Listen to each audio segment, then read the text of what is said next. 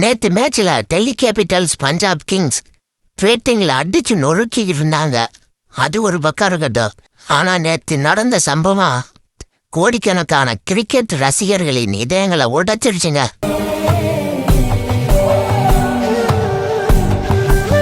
Punjab கிங்ஸுக்கு opening batting பண்ண பிரியான் சாரியா தூக்கி ஒரு பந்து அடிச்சாருங்க. ரைட்டு, சரியான ரைட்டு போச்சுங்க. ஸ்ட்ரெயிட்ல நின்ன லுங்கினி ஈடி பின்னாடியே ஓடுனாரு கேட்ச் பண்றதுக்காக. தடுமாறி ஸ்லிப் ஆகி விழுந்தாருங்க. அவர் இருக்க கைட்டு வெயிட்டுக்கு அப்படியே போய் தலை டம்முன்னு பிச்சில் அடிச்சிச்சுங்க. விளையாண்டுக்கிட்டு இருக்காப்புல அவருக்கு ஏதோ ஒரு அசம்பாவிதம் நடந்துருச்சுன்னா அதை நம்ம எல்லாரையும் கடுமையா பாருங்க இல்லையா? இப்ப தாங்க ஒரு ஆறுதலான செய்தி வந்திருக்கு. லுங்கினி ஈடி மருத்துவமனையில நல்லா இருக்காரு, டிச்சார்ஜும் பண்ணிட்டாங்களா. அந்த நியூஸை ரவிச்சந்திரன் அஸ்வினை கன்ஃபார்ம் பண்ணியிருக்காரு.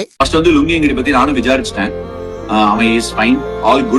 அவரோட இழப்பு தான் டெல்லி கேபிட்டல்ஸ் தோல்விக்கு காரணமாயிருச்சு, பஞ்சாபுக்கு வெற்றிக்கு காரணமாயிருச்சு. லுங்கி நீடி இனிமேல் இந்த ஐபிஎல் விளையாடுவாராங்கிறதே சந்தேகம்தான். ஏன்னா அந்த அளவுக்கு இன்ஜரி இருக்கும். ரெஸ்ட் எடுக்க சொல்லியிருப்பாங்க. அவர் நல்லா இருந்தா போதும் மனுஷன். லுங்கி நீடி நல்ல முறையில திரும்பி ரெக்கவரி ஆகி வரணும், வேகமா வரணும். நல்ல பிளேயர், சவுத் ஆப்பிரிக்கன் பிளேயர்.